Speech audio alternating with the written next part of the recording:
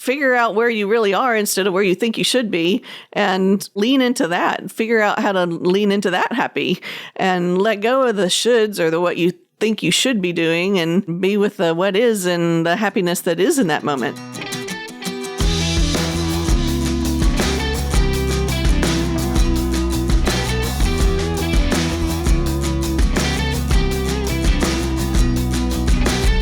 I wanted to welcome you back to the Dr. Crockett Show, the new and improved Dr. Crockett Show. I'm your host, Dr. Susan Crockett. I'm a board-certified OBGYN in San Antonio, Texas, not a stand-up comedian, although sometimes I think that I might play one when I stay in, what is it? I don't even want to say it, the hotel with the, never mind. That was bad.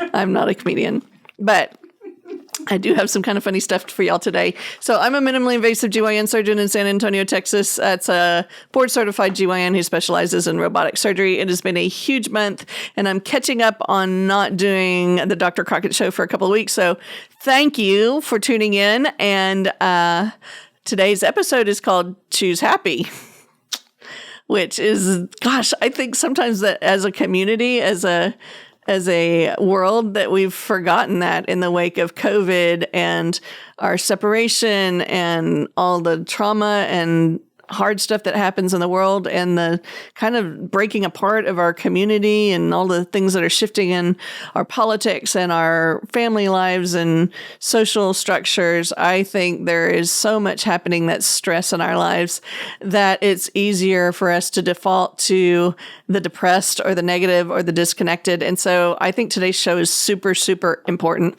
And so we're going to talk about Choose Happy. But first, we have our new format. So I'm going to tell you 3 things that happened to me this last week that were really fun. So first of all, I bought a new bike, which, I mean, that sounds kind of fun, right? I don't know how many people my age are out there buying new bikes. I used to love bike riding as a kid. I used to do trail riding. And then for a time, I did long distance riding. When I first came to San Antonio, I did Bike to the Beach, which is like a 2-day, 150-mile ride with a huge group of friends all the way from San Antonio to Corpus. I don't think they're doing that ride anymore. I think they've changed the route. But point is, I was really into cycling for a long time, and then I was a triathlete.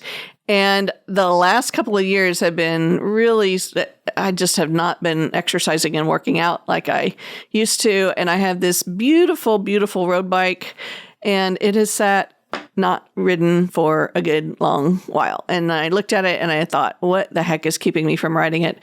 And I'm like, you know what? It's not simple, and I don't feel sturdy on it anymore. So I bought a way more like reasonably priced, just a reasonably priced cross trainer bike. What do you call it? It's not a road bike. It's not a mountain bike. It's like the one in the middle. A nice little Trek version. I like Trek, and it's got regular handlebars instead of the curved ones, so I'm not all hunched over, and it doesn't have clips for the pedals. It's just regular pedals. And it's got nice components. It's pretty light, and I tried it out, and it was like flying like I was a kid again, and it felt sturdy, so I felt more confident in just getting on it and riding, and so it made me really happy. And I thought, there's a feeling like getting out and being physically in life again, and I thought, imagine that. So that's one thing I did this week. I bought a new bike, and then I actually rode 8.5 miles this weekend. So all at once, and didn't die. So there's that. Oh, I hired a COO, and I hired an administrative guy to help me with all the stuff that's happening. We're growing. The practice is growing. The show is growing. Thank you so much for watching, and all of you who are sharing and liking and subscribing. Thanks for my patience. We've got the vitamin shop that's increasing in sales. I'm launching a new surgery teaching, whole world of that. Just teaching for Intuitive Surgical, and launching a new YouTube channel called Virtuoso Surgery, coming soon. Check it out. And so I am getting to the point that I'm like, I need somebody to help me handle all this detail. And I'm a really good visionary type creative person, but I'm not the most pragmatic. And so I found somebody to do that, and I'm super excited. And he starts in 2 weeks. So hired a COO, found help. Yay, happy. Third thing, y'all are going to love this one. Okay. I got scammed by an 80-year-old dude pretending to be 61 years old on a dating app. this week. 80, y'all. He was 80, and he was he got me so good. He had used pictures that were 24 years old in his profile, and then filters and all that stuff. And man, y'all, it's just a jungle out there. And no, I'm not on the dating apps. I like go off of them for a long time, and then I'll peek and see who's there. And this happens, and I'm like, forget it. Like, just forget it. So no, I'm not on the dating apps. Don't go looking for me there. And anyway, so those are 3 things that happened to me this week that I thought were kind of funny, and they made me happy. I mean, despite the scam thing, I mean, how cute is that? Like, men, they just don't change, right? He is 80 years old trying to win one over. So I thought it was hilarious. So today's topic, choose to be happy. I think there are 3 things that we need to do to choose happiness. And it is a choice. Like sometimes we have a reaction that is happiness, an emotion of happiness to things that happen to us. But what I'm talking about is a little different than like the birthday party with the candles and all the presents. What I'm talking about is getting through the stressors of life and the daily stressors of life and choosing happiness. And I don't mean it like in a fake, like throw your plastic smile on or put your mask on and pretend. I'm talking about genuinely choosing to be happy. And I want to show you a little bit about patients who are very resilient, how they choose to be happy through hard things. And so the first thing they do is they imagine what their world would look like if it was happy. And sometimes we get caught in a rut. Sometimes maybe at your job, you feel like it's the same thing all the time and it's easy to complain.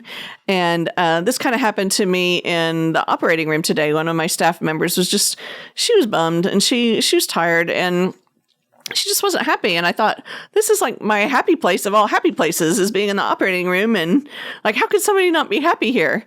But she was having a hard time in her world. And so we kind of talked about like, imagine what would make this happy for you? Like what would make this happy for you? What would make our operating room and what we're doing something that you look forward to and gives you joy instead of you being, tired and not feeling great about it. And it kind of took her back a little bit. And we've had similar conversations in my office with the staff. We have this incredible new office now. And most of the time it's a really happy place.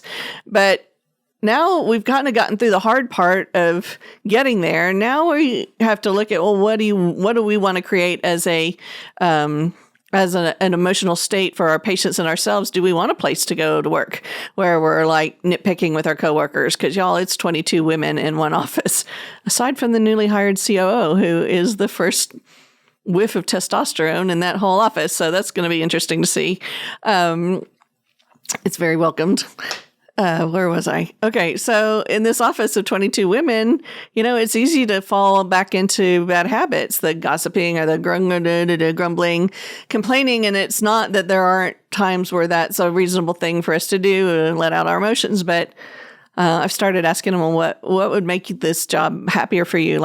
And I've gotten some really good feedback. They're very imaginative and they're not taking advantage of me type of answers. Like I want $1 million and, sick leave for 20 days every month. And, they're really genuinely thought out, like, here are things that are stressing me and here are things that can make the office happier. And so imagining what that looks like is the first step.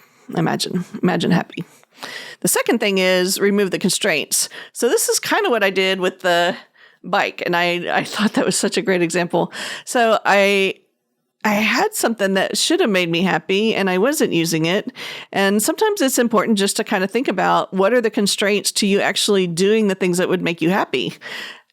And then figuring out how to remove those constraints. So we use this theory of constraints in our businesses for removing bottlenecks and processes with efficiencies.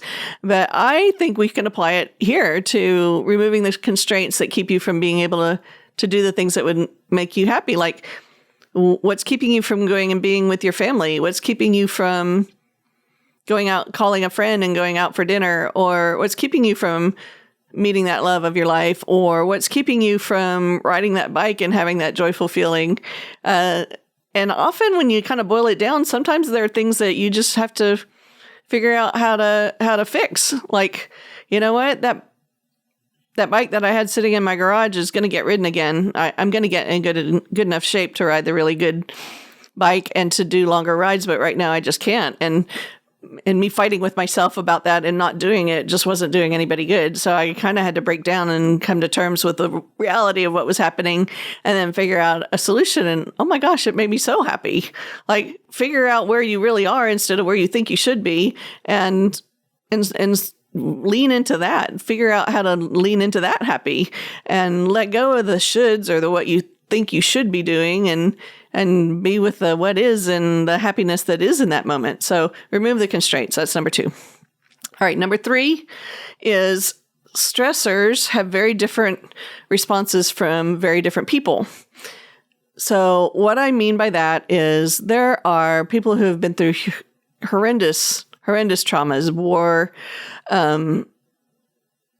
I don't even want to go into all the bad stuff because I don't even want to bring that through this microphone. So, but we all have stresses and bad things that happen to us in life. And the example I want to give you is if I was with my daughter, who has wanted me to go jump out of airplanes with her for a long time, and go skydiving. If I was up with her in an airplane getting ready to jump out of the airplane, I would have a whole lot of fear and a whole lot of stress and a whole lot of scared that I'm going to break something and not being able to do surgery anymore or worse. And the stress of jumping out of that plane for me is probably going to make me have more of a fear reaction or an unhappy reaction and limit how much joy and revelry I could actually have in the plummeting to earth part. So my daughter, on the other hand, she's done it before, and she would joyfully jump out of the airplane and soar and have a great time and have a happy experience. And you know what? Her emotional state and her hormones and her cortisol